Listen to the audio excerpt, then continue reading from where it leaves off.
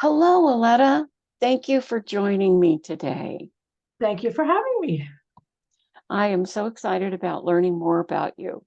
Uh, I want to know what brought you into writing. What was the trigger? well, I came from a home where my mother read to us. That was the biggest connection we had to her. So I was already primed for reading. And then whenever I was distressed, I would take a cat, a green apple, and a book and go to my room and read, and that would heal me. So those are two of the ways that I got started. I ended up being an English teacher, and that was always really fascinating and inspiring because what people reveal in their writing shows so much about them. Um, though I did have one incident when I was a child. I thank my grandparents for that. When I was 10 years old, they took me on a vacation trip through the Blue Ridge Mountains, the Appalachian Mountains. And there was a legend there about something called fairy stones.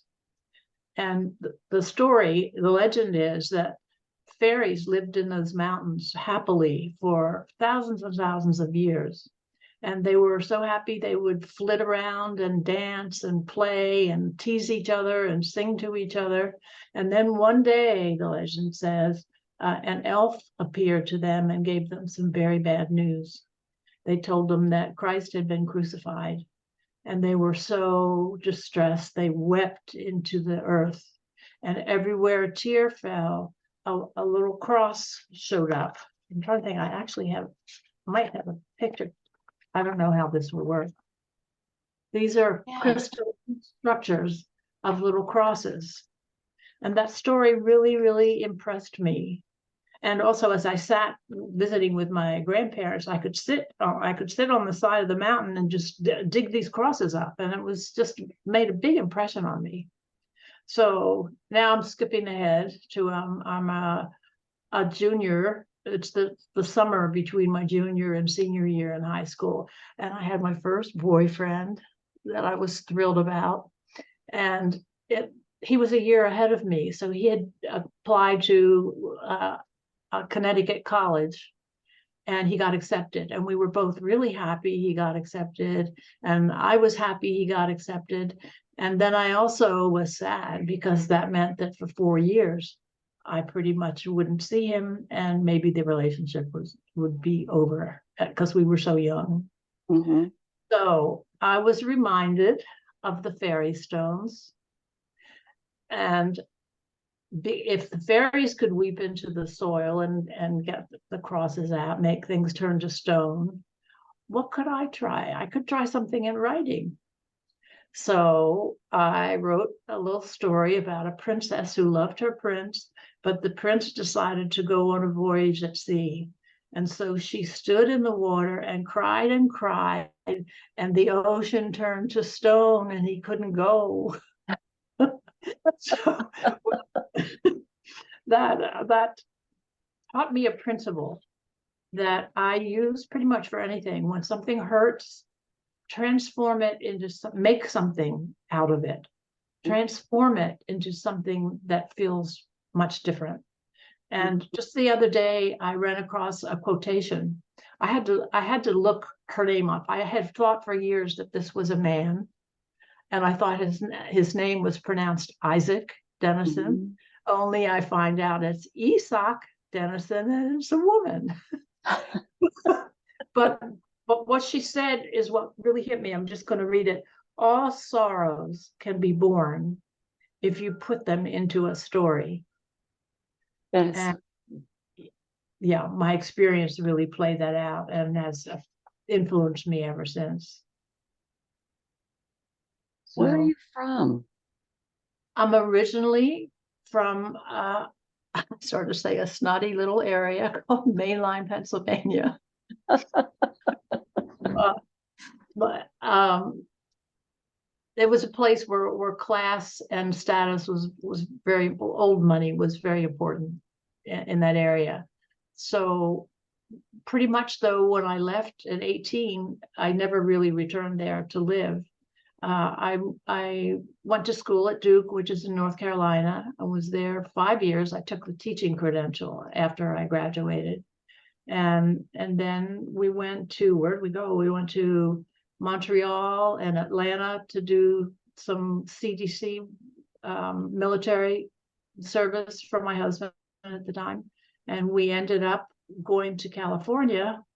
We were stationed at Fort Ord, and we fell in love with California.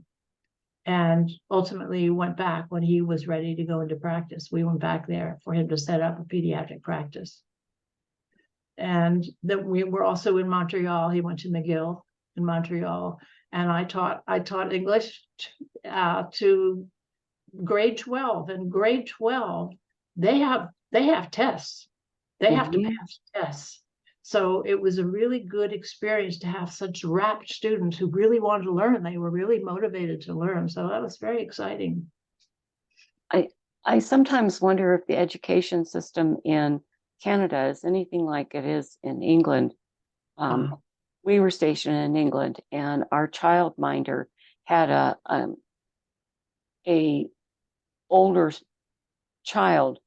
She was about 16. They can choose between 15 and 16 whether they're going to be a school leaver, and is what they're called, and they go to vocational or something like that, or they're going to go on to higher education.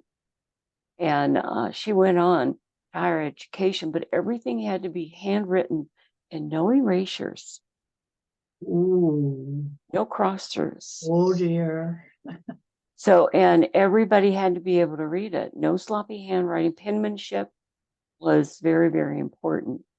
And she'd just spend hours transcribing all of her homework to make sure it passed. And she had hours. If they complained over the amount of homework, they got more.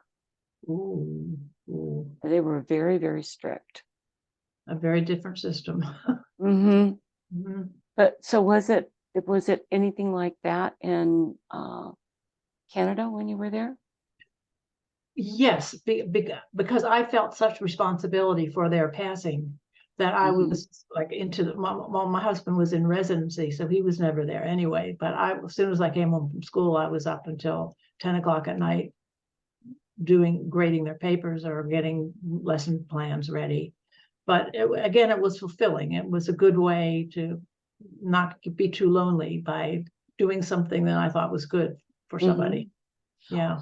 Was it your love of language or words or what that drew you to English? Well, to majoring in English to be a teacher?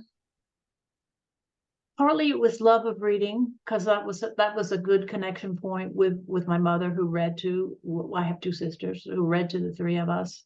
Partly it was because I'd learned it was a great defense against anything. Just go read. And words are just thrilling. I'm thinking of somebody in our group who loves to call things turd colored. Yes. And just to play with that delights me. So I love words.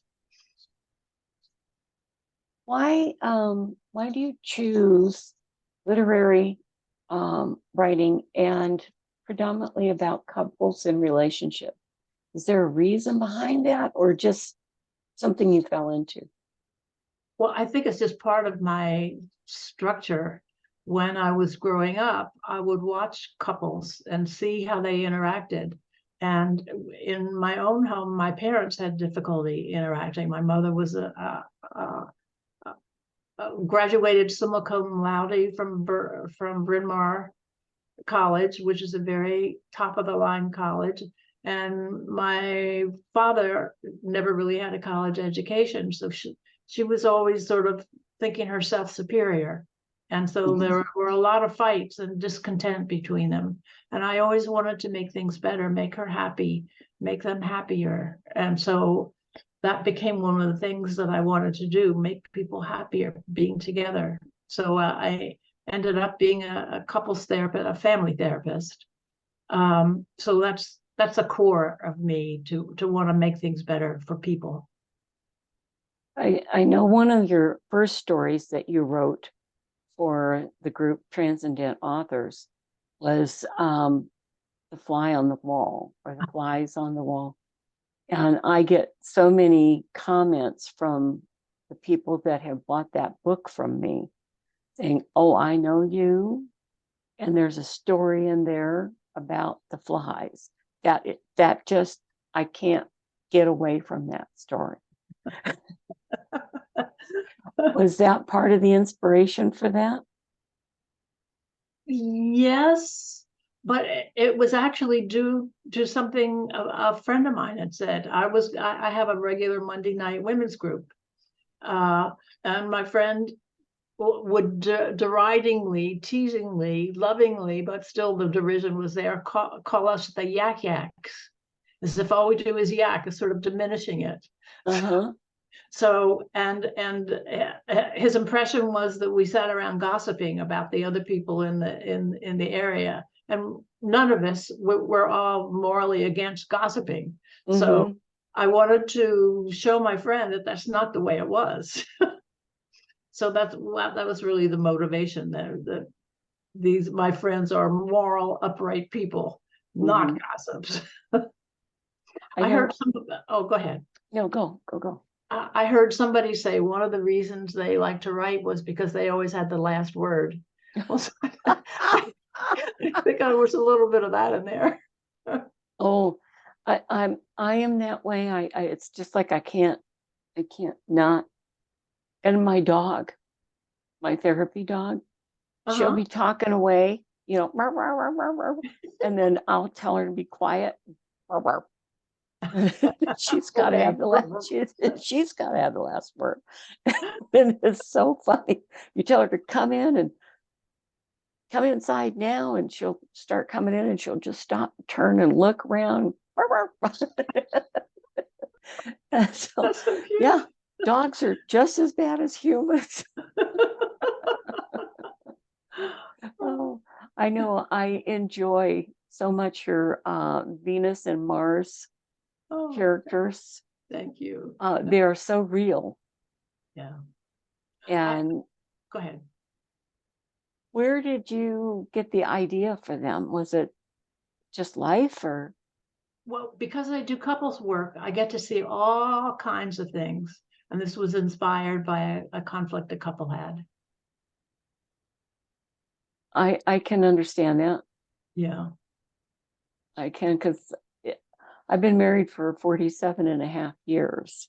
And Congratulations. thank you.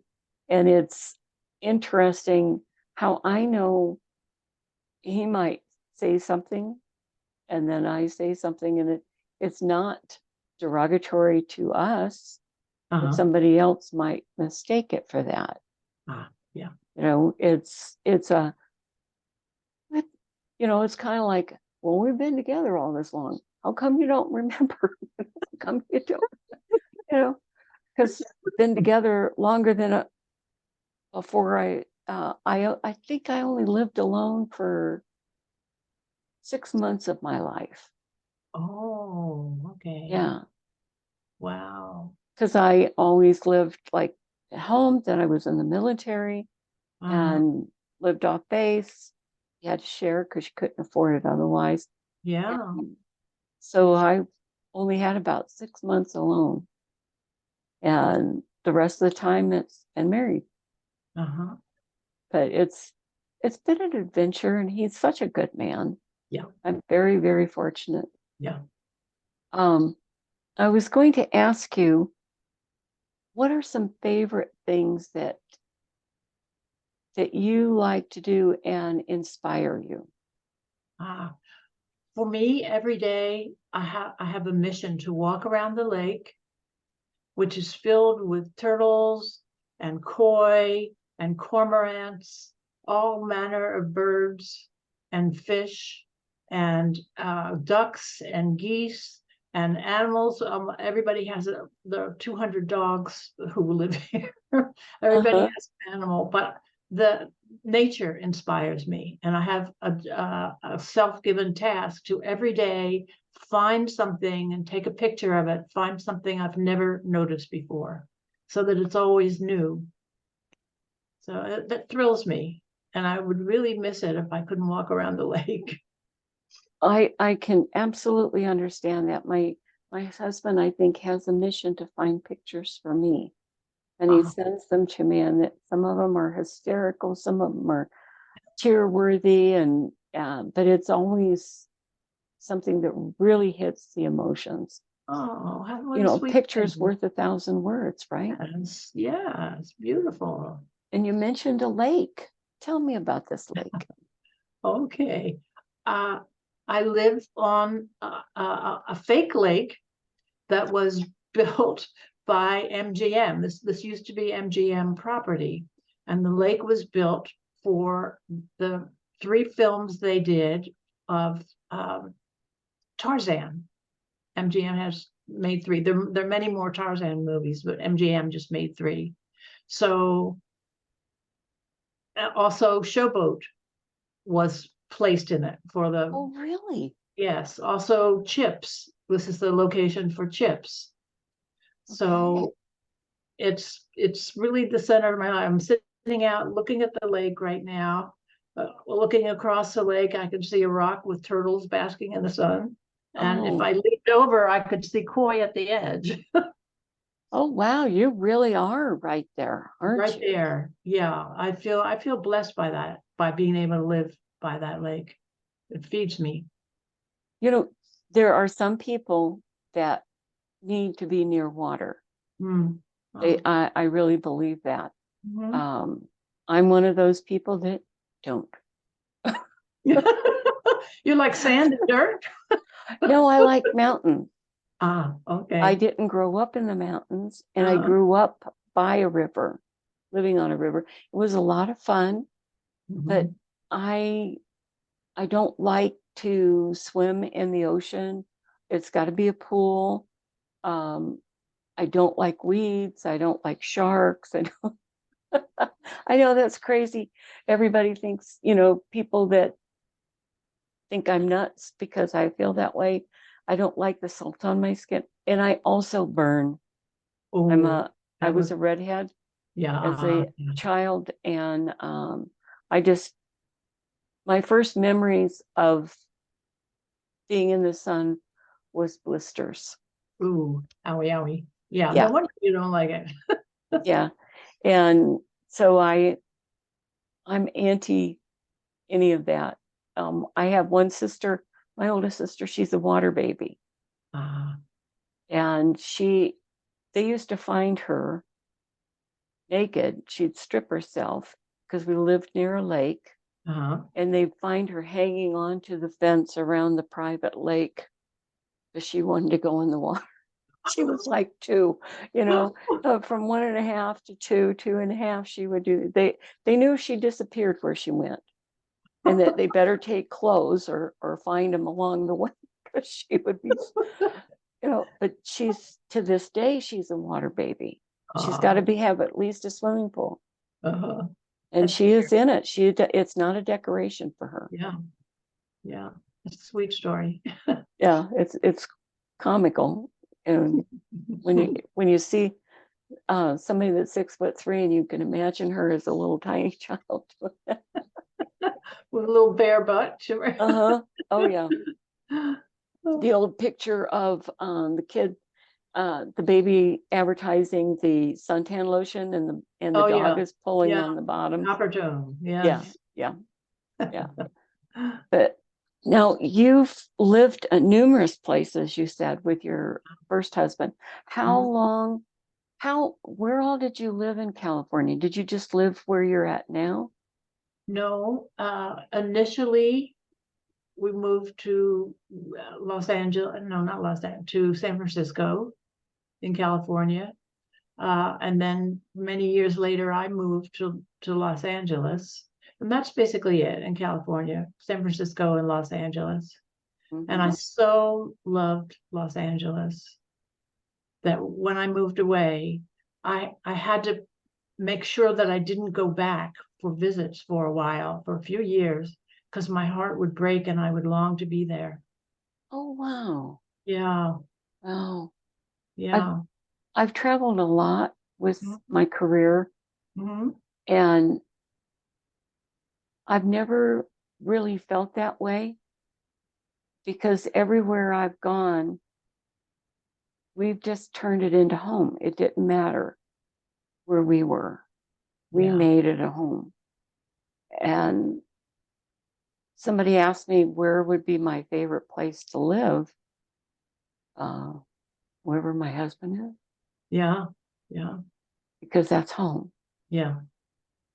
Makes sense. So it, but I do like Four Seasons.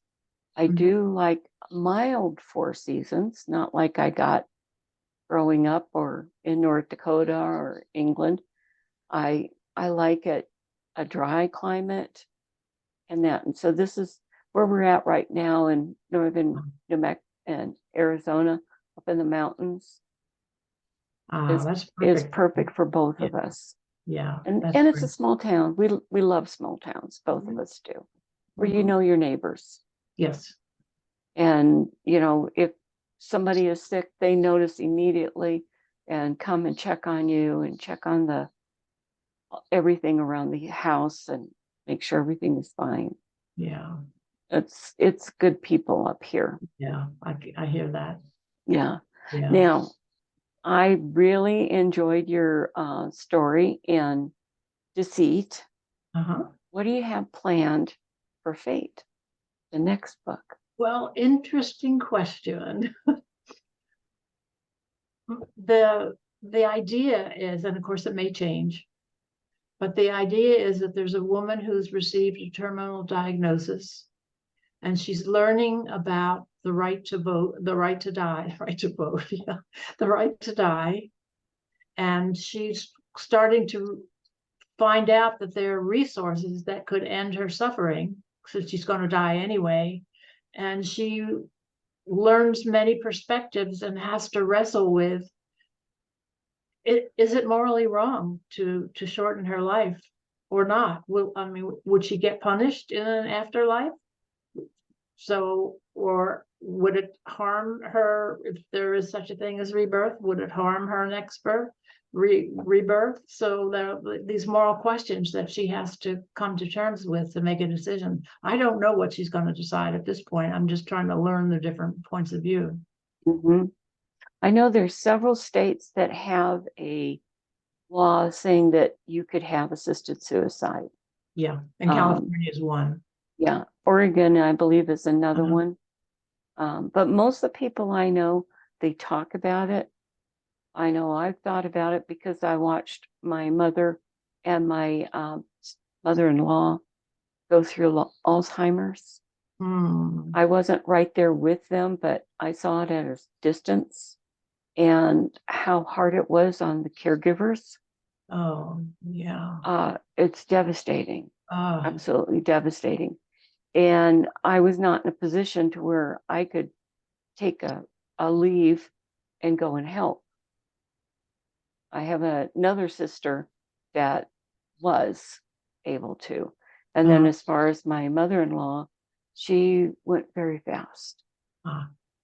uh, Fortunately, because we were here in northern Arizona, 2 to 3 day drive to Oregon, cool. where they lived, and that was the only recourse.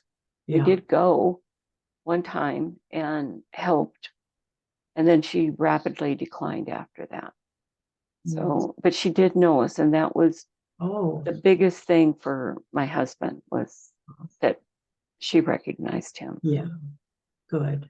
But we had talked, my mother-in-law and I. She said, if I have that, I want assisted suicide. Yeah. I do not want to put my family through Yeah. something like that. But by the time she had it, she wasn't coherent enough to express that wish. Uh, And so there's just no way yeah. they would do anything like that. Yeah. Difficult situation. Yeah, it is. Yeah. And for me, this is a learning experience too, because I, my parents didn't want the children to see funerals. So I never went to a funeral. I never saw a dead person. I haven't been around people when they were in the terminal stages of their life. So I have a lot to learn. Yeah. So I can remember one of my classmates as a seventh grader in junior high, and she died from leukemia. You know, we would go and visit her. Uh, And then when she passed away, we all went to the funeral. And then we had other kids that died in car accidents and stuff like that. We were not a small town, but we were in a giant town, even though our graduating class was huge.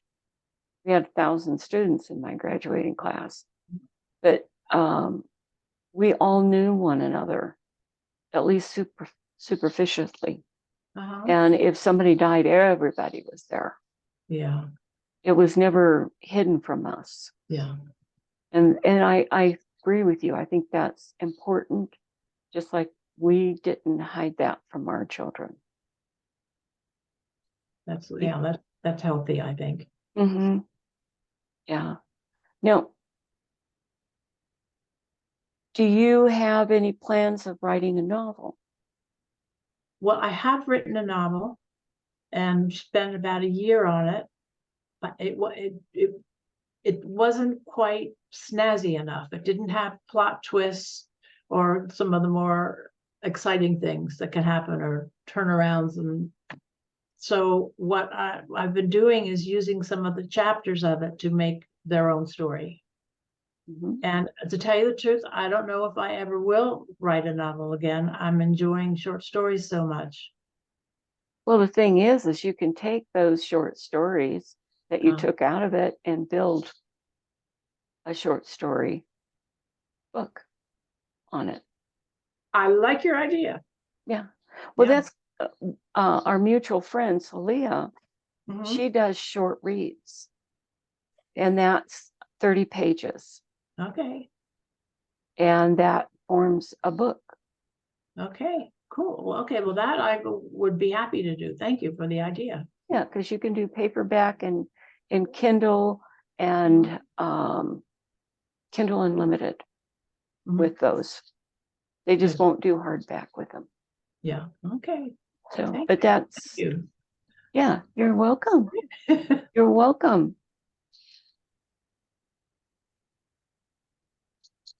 I'm trying, there's a question up here that's not coming out here. I hate it when that happens.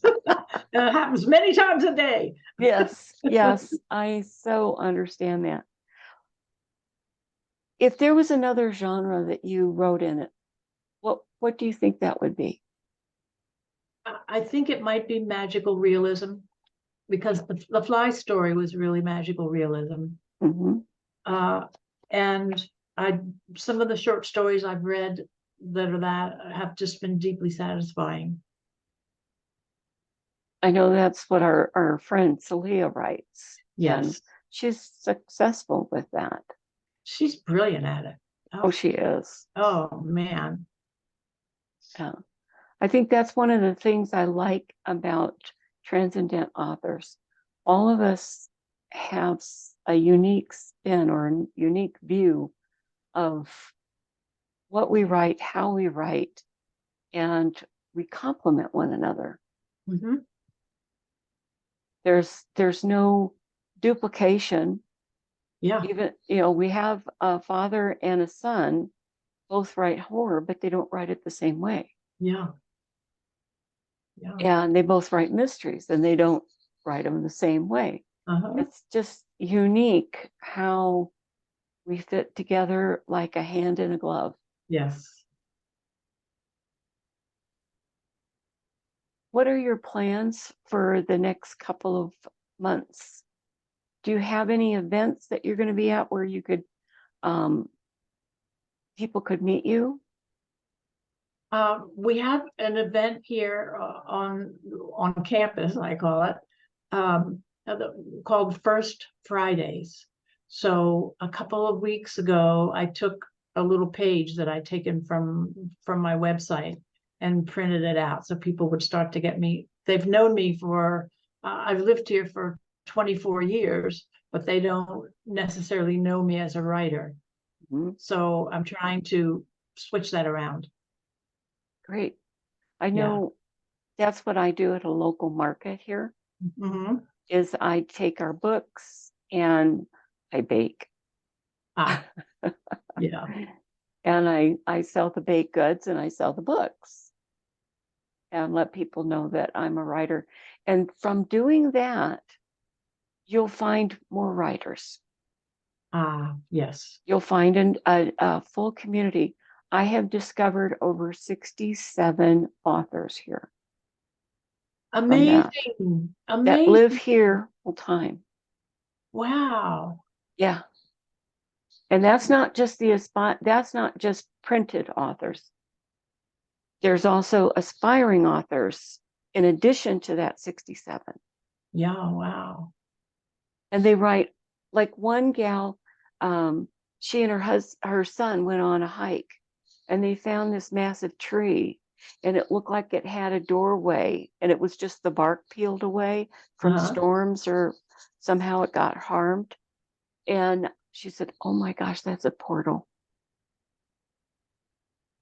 So she had a whole story that's based in this town, her hometown, that she could write about. Uh-huh.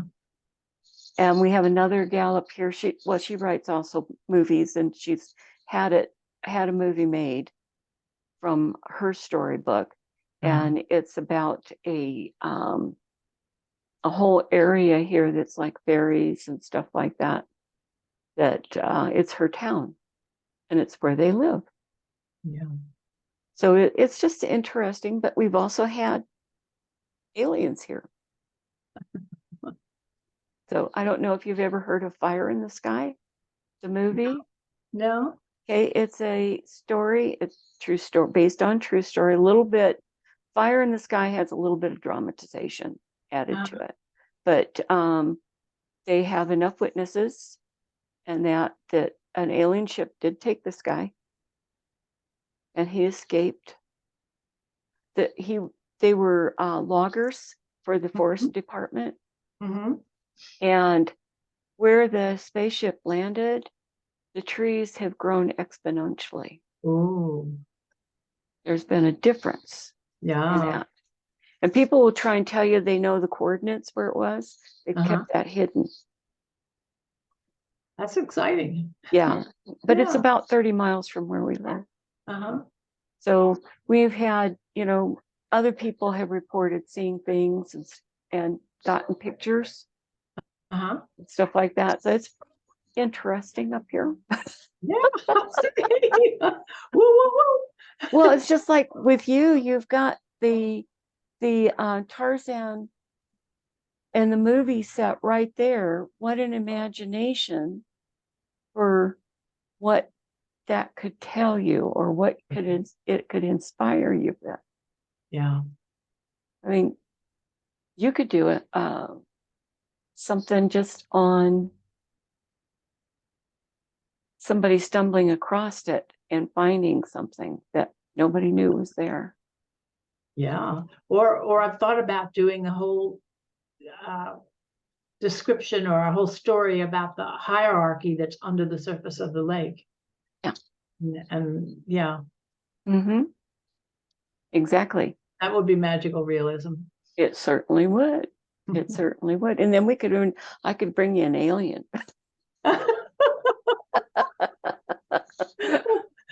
With a pointed tail. Yeah, Oh. with the pointed tail. Absolutely. Absolutely.